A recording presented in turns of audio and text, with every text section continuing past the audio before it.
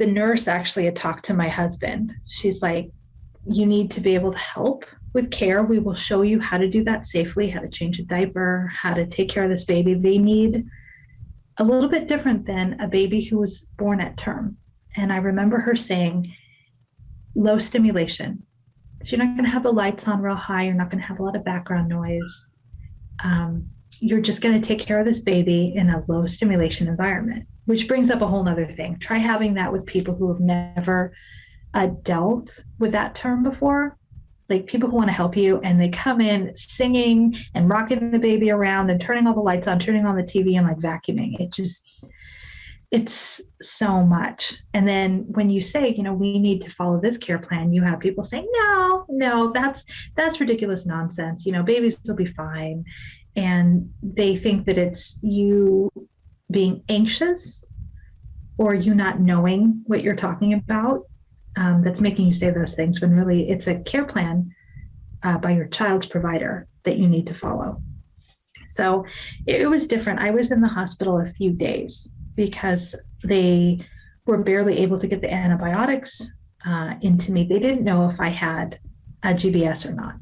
So to be safe, they ran the antibiotics, but because we had not, I think I gave birth, it was less than an hour after that. So they had to keep us for 3 days to make sure we didn't develop any complications because of that.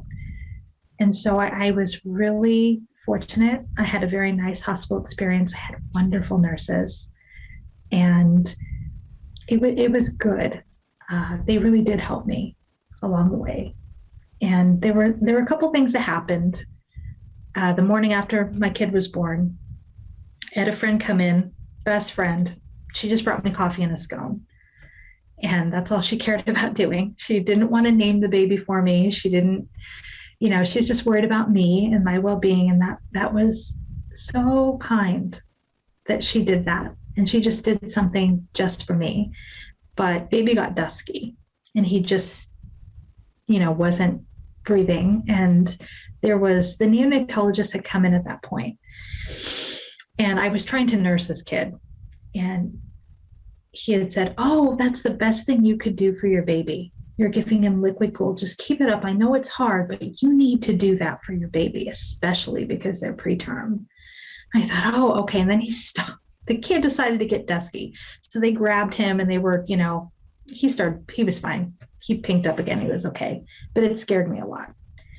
So then they went to do a car seat test with him. The child gets to minute 81 and then the alarms go off. So we had to put him in a car bed.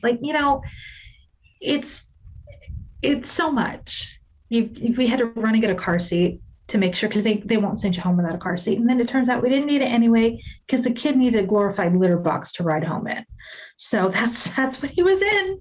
It looked like a litter box in the back seat of my car, but and no long car trips. So we were told to stay close to home, except for doctor's appointments. We just, even to go to the store or I remember I had to get some prescriptions. We had to pick those up, and it was like, okay, we can't wait in the car with him while they process it, because there's a drive-through, but we couldn't wait that long with him in the car. So it was like everything felt so huge.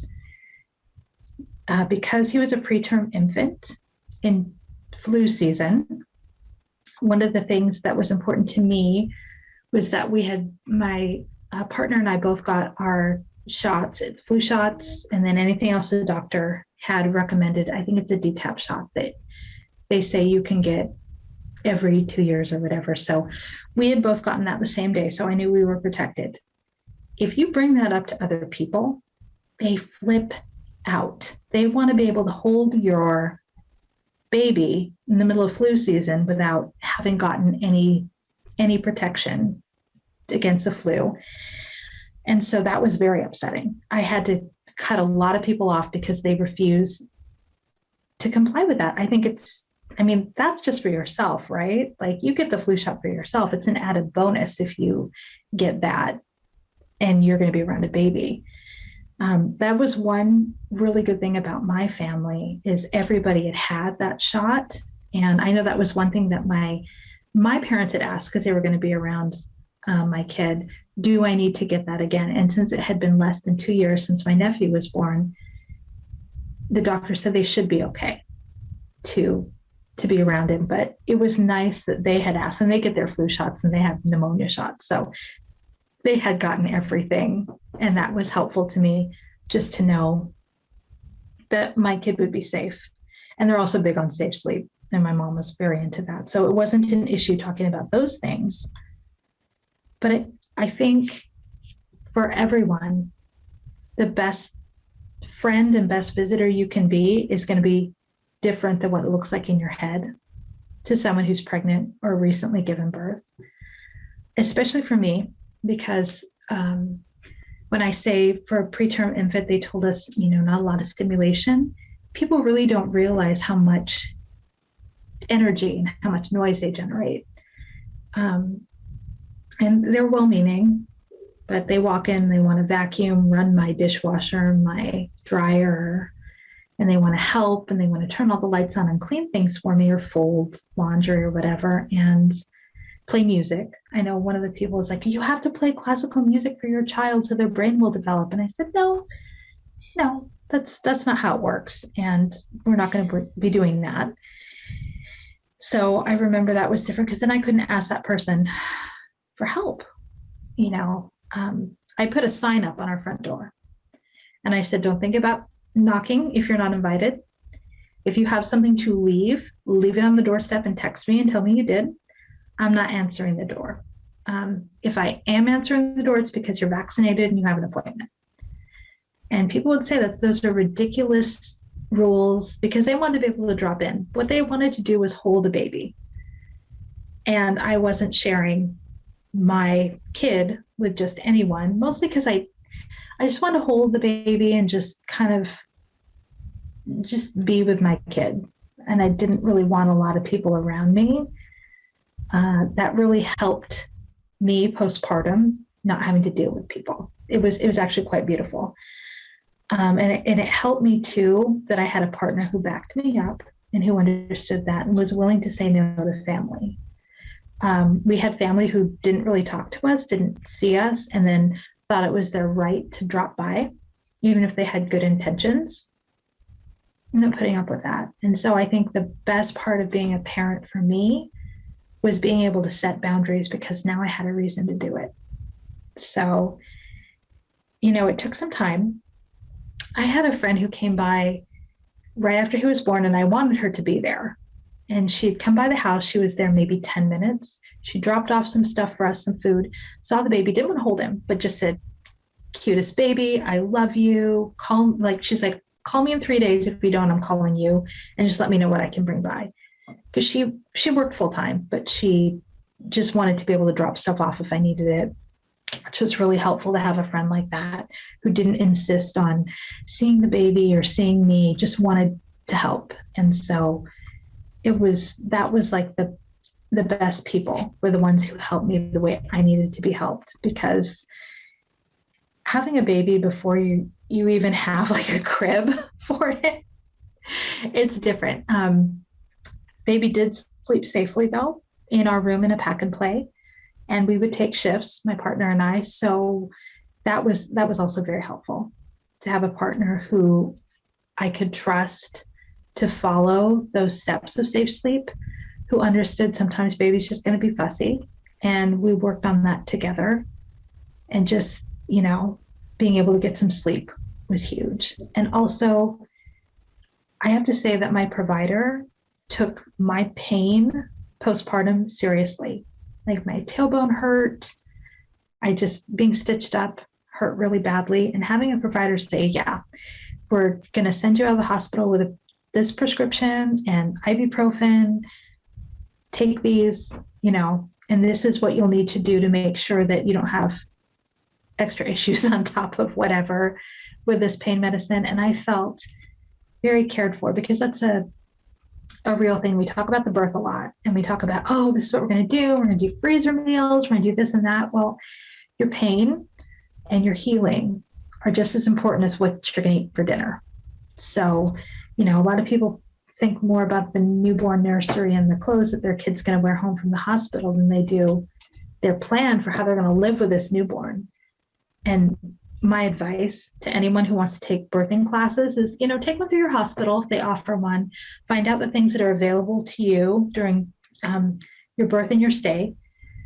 But read as much as you can about safe sleep and infant care and getting to that first year after baby's born, because those things last a lot longer than birth. So you did actually try to breastfeed? Yes. And do you want to do a capsule summary of how that went for you? Oh yeah, because it is a little bit different if you have a preterm infant. So for me, I was in the hospital and they brought me a pump and they said, okay, so you need a pump and that'll help you. And I remember thinking, okay, so what exactly, because it's a schedule. So you put the baby to the breast, then you take them off, you feed them, you put them down, change their diaper, do all the thing, and then you pump afterwards. And for me, it turns out that after I had done all those things, because it was every 3 hours you were supposed to do this. So I believe it was 49 minutes I would have of a break between when the cycle would start again. And it was so much because you have to clean all your equipment. You've got to, and then, you go to the bathroom, you have to get some water, because I was trying to drink water quite a bit. And then you have to change your baby and you kind of have to make sure that they're all situated. And it was a very hard schedule. And I remember that the lactation consultant said, look, you may not be able to do this because it's like having triplets if you can establish this. And it took, let's say, 4 or 5 days for my milk to come in where it was actually anything. So my husband's like, we need to rent the best pump we can. If you want to do this, let's get you a pump and we'll just set you up and you'll be nice and comfortable. And it wasn't quite working for me.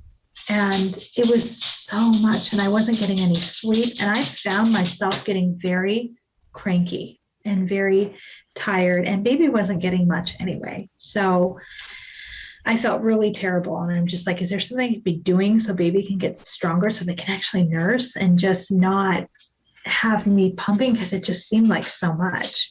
So finally, after my 6-week appointment, I couldn't do it anymore. So I said, you know what? This is too much on me.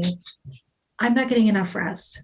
Baby will probably be okay if he nurses a bit, because by then he could latch. So I would just nurse him a bit, but then we'd always feed him a bottle. And then eventually, that was at 3 months that we were mostly formula feeding, but he was weaned by 6. I would just give him what I could. And, I wasn't really attached to the idea of feeding my child a certain way. It's just that I'd seen it done so much. I just figured, oh, this is probably how I'll feed baby. But you know what? In the end, we're bonded just fine. We do all the fun things together. We do the things that are important.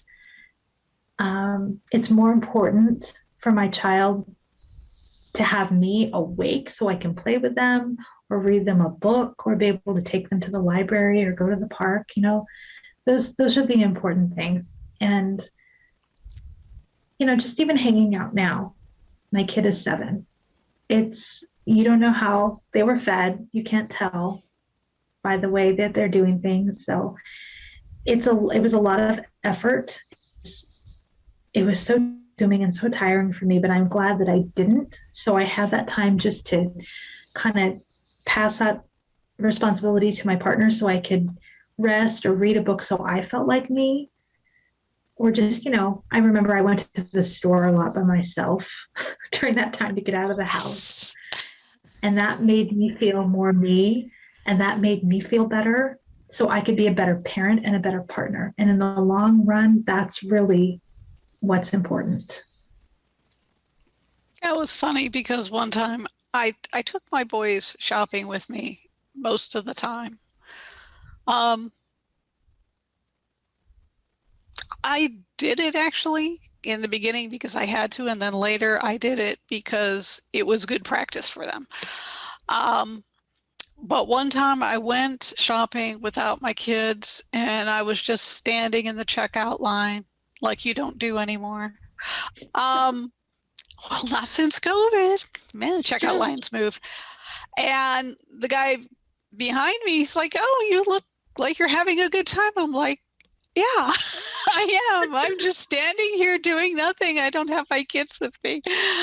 I'm just chilling, reading the Isn't tabloid that covers." awesome? It's like, oh yeah, people says this, or look at that recipe book. Oh yeah, just being out of the house, not having to care for somebody else. It was so nice. And I don't live very far from the store. Maybe 4 or 5 minutes away. And if I go to the one that's farther away, it's 7 minutes. So for that 7 minutes, I got to play my music because we didn't really do a lot of that with baby in the car because he couldn't take that much stimulation. It was too much.